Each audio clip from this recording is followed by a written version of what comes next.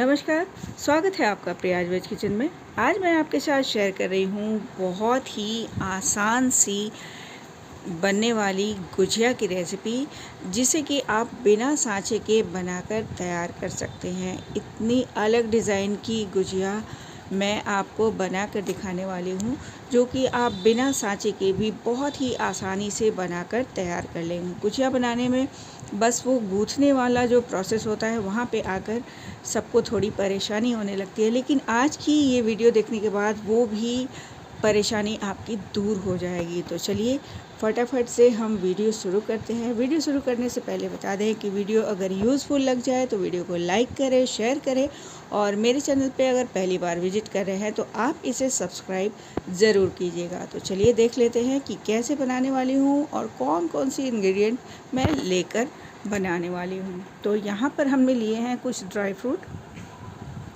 तो यहाँ पर 20 दाने के करीब हमने लिए हैं बादाम, 20 से 25 दाने हमने लिए हैं काजू के, और नारियल लिए हैं, इसे ग्रेट करके लेना होगा, और 20 से 25 दाने हमने किशमिश के भी लिए हैं। और ये है हाफ़ केजी मावा, जिसे मैंने घर में ही तैयार किया है।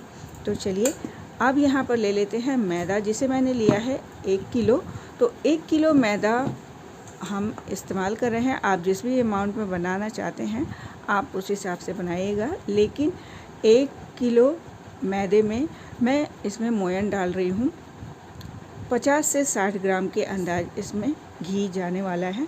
घी या रिफाइंड ऑयल कोई भी आप इसमें यूज़ करके बना सकते हैं। तो यहाँ पर मोयन हमने डाला है 10 से 11 चम्मच के अंदाज, लेकिन वो अभी मोयन पर्याप्त नहीं था, तो इसमें मैंने थोड़ा सा और इसमें ऑयल मिला दिया है। और ऑयल डालने के बाद आप इस तरीके से चेक करें कि मोयन पर्याप्त है कि नहीं। अगर ये लड्डू की तरह बन जाए तो समझिए कि आपका मोयन बिल्कुल परफेक्ट है। तो बस हमारा मोयन मिल गया है, और इसके बाद हम इस मैदे को गूँथ कर रख लेंगे। मैदे को बिल्कुल भी मुलायम ना गूँथें, मैदे को थोड़ा सा कड़ा ही गूँथना होता है। तो ये देखिए हमारा मैदा भी गूँथ कर चिकना हो चुका है, और अब इस स्टेज पर हम थोड़ा सा इसमें ऑयल लगाकर इसे ढककर हम इसे रख देंगे। इसके बाद हम बाकी की तैयारियां कर लेते हैं। तो ये हम रख देंगे साइड में, और अब चलिए हम सारे ड्राई फ्रूट्स जो हमने लिए थे इसे हम छोटे छोटे टुकड़ों में काट लेंगे। नारियल को हम ग्रेट कर लेंगे, जो कि हमने नारियल को ग्रेट कर लिया है, और बाकी के सारे हमने छोटे छोटे टुकड़ों में काट लिए हैं।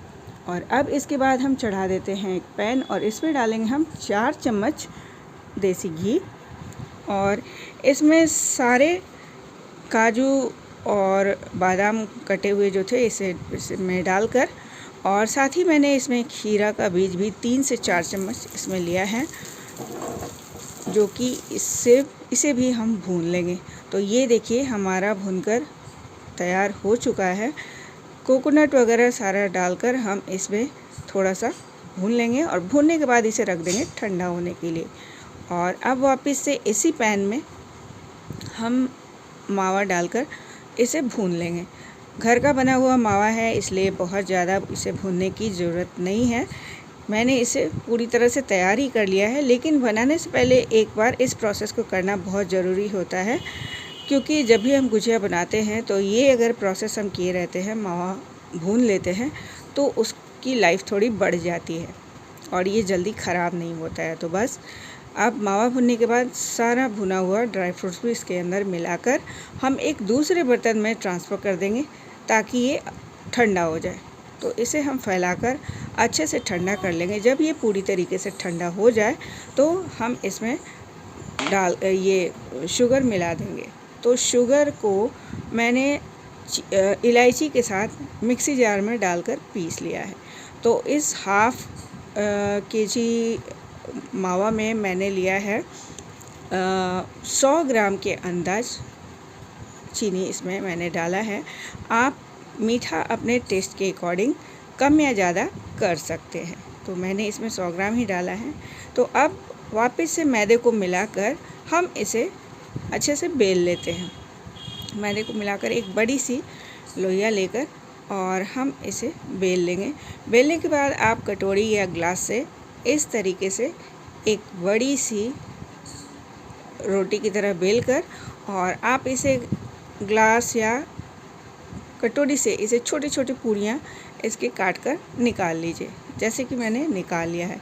एक तो ये प्रोसेस होता है इस पूरियों को तैयार करने का गुजिया के लिए, या फिर बहुत छोटी छोटी सी लोइयाँ बनाकर आप इसे इस तरीके से भी बनाकर तैयार कर सकते हैं। तो मैंने ये सारी पूरियाँ बेलकर तैयार कर ली है।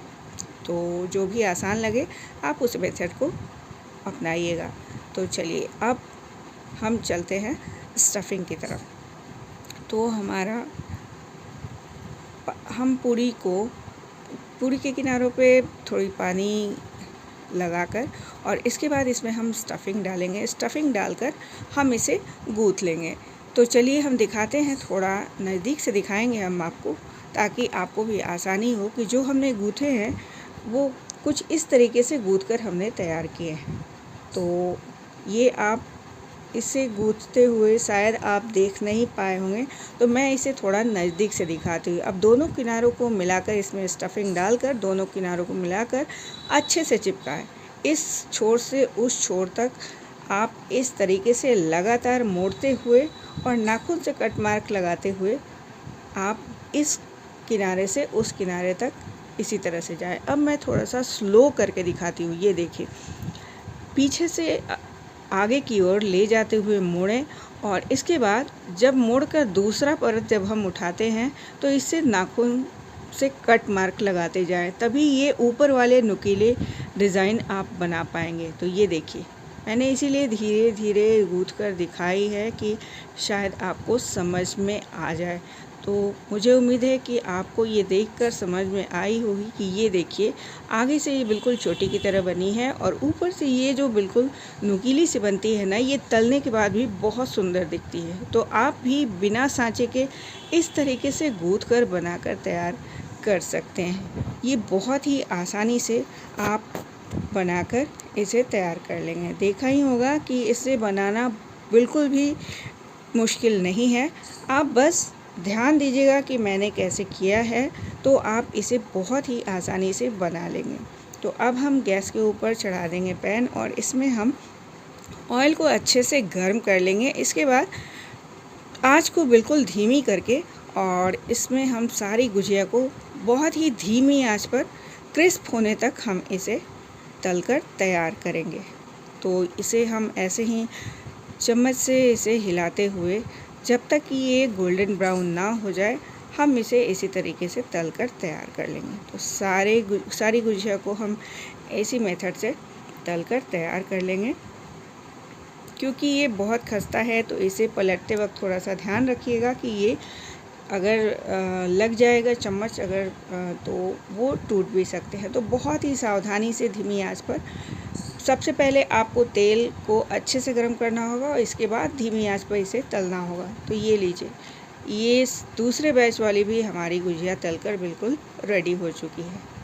तो बस ये हमारी सारी गुजिया बनकर बिल्कुल तैयार हो चुकी है। तो देखा आपने, गुजिया जो हम सांचे से बनाते हैं, जो भी बिगनर्स होते हैं या जिन्हें गूँथने में थोड़ी मुश्किल होती है, वो सांचे का इस्तेमाल करते हैं। आप आज की गुजिया देखे होंगे तो उसमें आपने देखा होगा कि हाथ से भी गूँथ कर बनाना कोई बहुत मुश्किल नहीं है। वैसे तो मोड़कर हम सभी बना ही लेते हैं, लेकिन अगर कुछ अलग डिज़ाइन में बनी हो तो देखने में भी बहुत ज़्यादा सुंदर दिखती है गुजिया। तो जैसे जैसे मैंने इस गुजिया को स्लो करके जो दिखाई है वीडियो, उसको ध्यान से आप देखेंगे तो आप भी इस डिज़ाइन की गुजिया बनाकर तैयार कर सकते हैं। तो कैसी लगी आपको हमारी ये गुजिया की रेसिपी, आप हमें कमेंट करके ज़रूर बताइएगा। तो चलिए मिलते हैं फिर एक और नई रेसिपी के साथ। तब तक के लिए टेक केयर एंड बाय।